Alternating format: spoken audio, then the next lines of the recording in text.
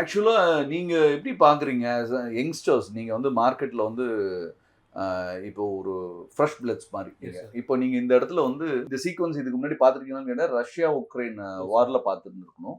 அந்த டைம்ல உங்களுக்கு அந்த அளவுக்கு மார்க்கெட்டோட வொலட்டிலிட்டி அந்த அளவுக்கு இல்ல. இருந்தது. வாலட்டிலிட்டி நீங்க இருந்துச்சு. ஆனா நாங்க அந்த ஃபர்ஸ்ட் வந்தனால வந்து எங்களுக்கு பெருசா இதாகல. நீங்க அத நோட் பண்ணியிருந்திருக்க மாட்டீங்க. இப்போ இது எல்லாமே வந்து ஸ்கிரிப்டட் அப்படின்னு சொல்லி உங்களால நம்ப முடியுதா? ஸ்கிரிப்டட் மீன்ஸ் எப்படி ஒரு டயலாக்ஸ் எழுதி பேசுவாங்க. அந்த பார்த்தா டயலாக்ஸ் எனக்கு எழுதி அப்படிதான் சார் தெரியும். பார்த்தா ஏன்னா அப்படிதான் நான் தெரியுது. உங்களால யூடியூப்ஸ் ஃபீல் பண்ண முடியுதா? ஃபீல் பண்ண முடியும். ஏன்னா ஒரு ம். நாளையோட மூவ்மெண்ட்டே ஒரு 50, 100 பாயிண்ட் சாலிடா ம். ம். இருக்கும்போது, ம். கேப் அப், கேப் டவுன் மட்டுமே கரெக்ட்டா மார்க்கெட் கேப் அப் ஆகுது. அந்த ம். இடத்துல கன்சாலிடேட் ஆகுது.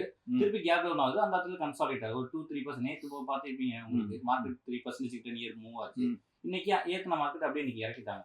ஸோ இதுல யாரோ ஒரு பெரிய புள்ளி வந்து ப்ராஃபிட் புக் பண்ற மாரி எஸ். அவங்களுக்கு அந்த மார்க்கெட் ப்ராஃபிட் புக்கிங்ன்றத பார்ட்ட விட, நான் இன்னொரு பார்ட் அடிஷனலா சொல்றேன். என்னன்னா, குளோபலி ஒரு one of the powerful political leader அவர் பேசும்போது, இது மாதிரியான ரியாக்ஷன்ஸ் வருது அப்படின்னா, மார்க்கெட் வந்து எமோஷன்ஸ்க்கு முக்கியத்துவம் குடுக்குது இந்த பீரியட்ல.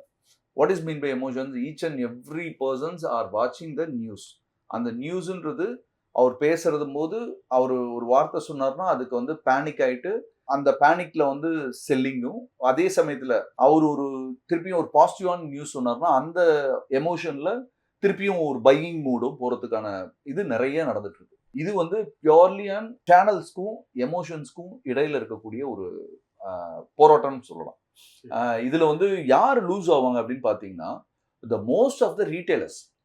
இந்த பிக்கீஸ் நீங்க சொன்ன மாரி பெரிய பெரிய கம்பெனிஸ், பெரிய பெரிய இன்ஃபர்மேஷன்ஸ் தெரிஞ்சவங்க எல்லாருமே நல்லபடியா சக்சஸ் ஆயிடுவாங்க. ஏன்னா, நேத்து வந்து இன்னைக்கு மார்க்கெட் கீழ விழ போகுதுன்றது கண்டிப்பா நம்மளுக்கு தான் இதா இருந்திருக்கும். நியூஸா இருந்திருக்கும். இப்ப மிகப்பெரிய ஆட்களுக்கு எடுத்துட்டோம் அப்படின்னா, மார்க்கெட் ரெக்கவர் ஆகும்னு நெனச்சிருப்பாங்க. சோ அவங்கலாம் வந்து பொசிஷன் எடுத்துக்கும்போது என்ன நேத்தே ஆகும்னா லாஸ் நெறைய இன்வெஸ்ட்மென்ட்ஸ் குடுத்துட்டாங்களே.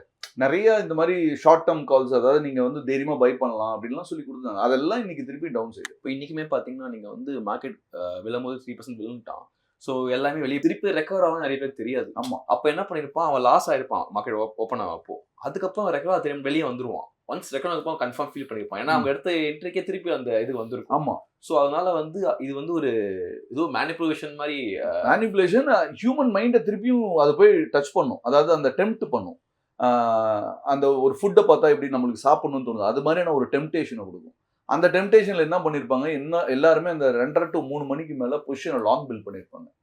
இந்த பொசிஷன் லாங் பில்ட் பண்ணது இல்லாம, எஃப்ஐஐஸ்னோட பையிங், டிஐஸ்னோட பையிங்ன்னு இப்ப ஈவினிங் ஒரு ரிப்போர்ட் வரும்.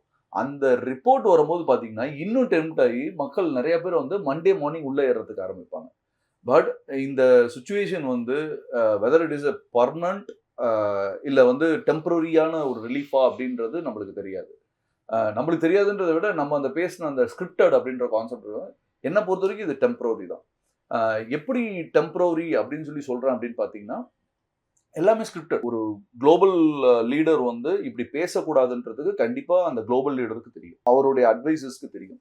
பட் அப்படி பேசியும் அவங்க இந்த மாதிரியான விஷயத்த கிரியேட் பண்றாங்க அப்படின்னா, பியூர்லி அவங்களுடைய இன்ஃப்ளேஷன் அண்ட் தென் குளோபல்னுடைய இன்ஃப்ளேஷன ஒரு ஒரு மிகப்பெரிய சேஞ்ச் ஓவர் கொண்டு வரதுக்கான காரணம் தான் இது அப்படின்னு சொல்லி நான் பார்க்குறேன்.